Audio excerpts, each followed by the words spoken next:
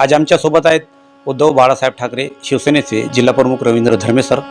आज यांच्या हस्ते परभणी जिल्ह्यातील कार्यकारिणी जाहीर करण्यात आलेली आहे। शिवसेना शहर प्रमुखपदी मोहम्मद रियाज खान यांची नियुक्ती करण्यात आलेली आहे। मोहम्मद रियाज खान हे मोहम्मद वाहिद खान यांचे धाकटे बंधू आहेत।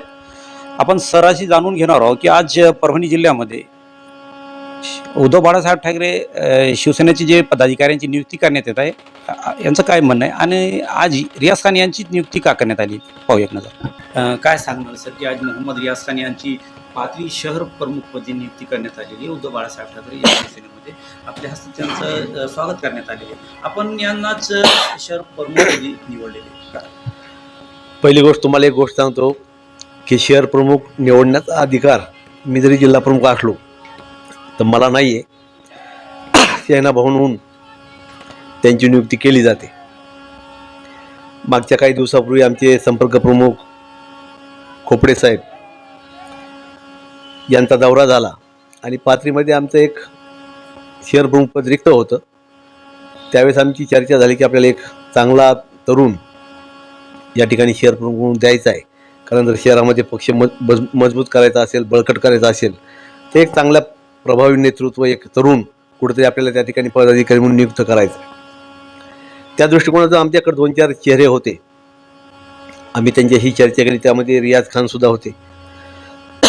रियाज खाननी पूर्वीसुद्धा शिवसेनेचं काम केलेलं आहे आणि आम्हाला कुठेतरी वाटलं की चला बाबा एक चांगला तरुण आज आपल्याकडे आहे आणि म्हणून आम्ही माननीय संपर्क प्रमुख खोपडे साहेब आणि आमदार राहुल पाटील साहेबांना विनंती केली की रियाज खान यांना आपण शहर प्रमुख पदाची जबाबदारी द्यावी, जेणेकरून सामाजिक काम चांगलं आहे आणि एक अतिशय सक्रिय, संयमी आणि कामावर भर देणारा असा तरुण आजच्या काळामध्ये आपल्याला एक शहर प्रमुख म्हणून मिळाला आणि म्हणून आमच्या नेत्यांनी सुद्धा आमच्या विनंतीला मान दिला आणि आजच सामनामध्ये रियाज खानच्या नावाची घोषणा करण्यात आली। एक अल्पसंख्याक समाजाला हे शहर प्रमुखपद नियुक्ती देण्यात आलेली आहे। याचा अल्पसंख्याक समाजाला सुद्धा फायदा होईल आणि अल्पसंख्याकांचा शिवसेनेला सुद्धा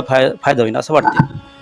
पहिली गोष्ट, पूर्वीच्या काळामध्ये शिवसेनेबद्दल गैरसमज निर्माण केला होता की शिवसेना ही मुस्लिम विरोधी आहे, पण माननीय पक्षप्रमुख उद्धवजी ठाकरे जेव्हा महाराष्ट्राचे मुख्यमंत्री झाले आणि त्यांचं 2.5 वर्षातलं काम जेव्हा महाराष्ट्रातल्या जनतेने बघितलं त्यावेळेस आमच्या मुस्लिम बांधवांना सुद्धा माहिती झालं की शिवसेना ही जातीवादी नाही, धर्मवादी नाही, तर शिवसेना ही राष्ट्रवादी, जे राष्ट्रावर प्रेम करतं त्याच्यासोबत शिवसेना आहे। आणि आज तुम्ही बघितलं असेल पूर्ण महाराष्ट्रातला अल्पसंख्याक समाज, विशेषतः मुस्लिम समाज आज फक्त उद्धव साहेबाकडे आकर्षित झालेला आहे। याचं कारण त्यांचं काम आणि त्यांनी 2.5 वर्षाच्या काळात, त्या कोरोनाच्या काळात जे काम करून दाखवलं त्यामुळे ते प्रभावित झालेत।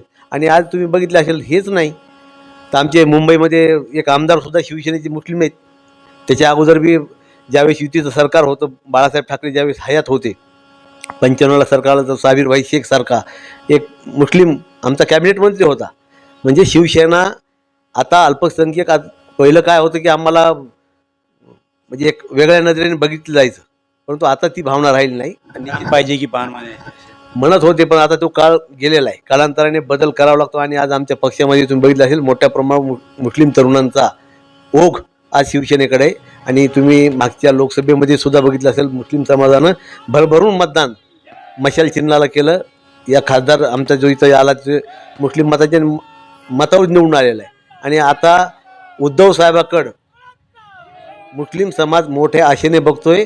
आणि मी तुम्हाला 100% खात्री देतो की रियाज खानच्या नेतृत्वाखाली पाथरी शहरामध्ये सुद्धा प्रत्येक घराघरात शिवसैनिक, प्रत्येक गल्ली शाखा झाल्याशिवाय राहणार नाही, कारण तशा प्रकारची धमक रियाज खानमध्ये आहे। महाराष्ट्रामध्ये एकमेव महानगरपालिका आपली परभणीची आली आणि सय्यद इक्बाल सारखा एका सुशिक्षित, उच्च शिक्षित अशा तरुणाला शिवसेनेनं महापौर केलं।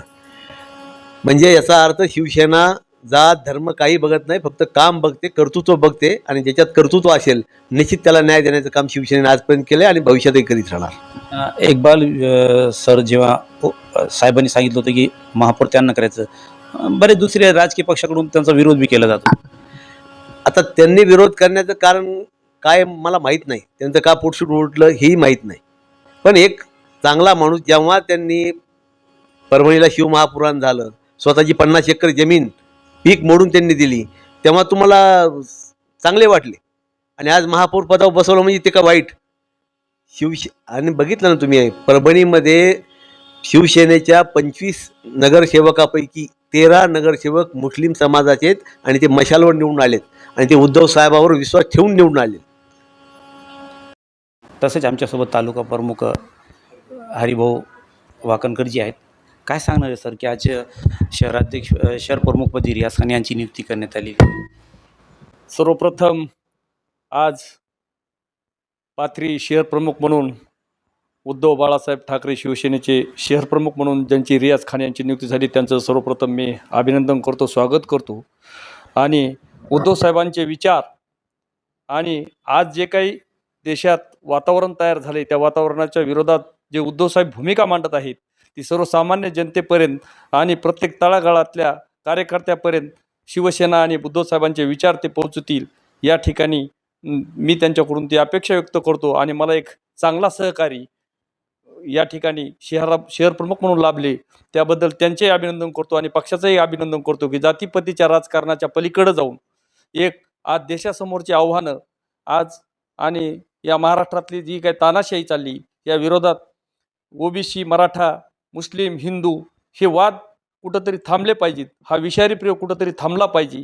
खऱ्या अर्थानं आज जनतेचे प्रश्न सॉल्व्ह करण्यासाठी एकमेव पक्षप्रमुख उद्धव बाळासाहेब ठाकरे आज देश पातळीवर ज्या प्रकारे रान उठवत आहेत त्यांचा आवाज आता सर्वसामान्य जनतेपर्यंत पोहोचायची खऱ्या अर्थानं आमच्यावर, मी तालुका प्रमुख म्हणून आणि शहर प्रमुख म्हणून रियाज खान यांच्यावर आहे. आणि ती निश्चितच आम्ही तळागाळापर्यंतल्या शिवसैनिकापर्यंत घराघरापर्यंत उद्धव साहेबांचे विचार मांडल्याशिवाय राहणार नाही.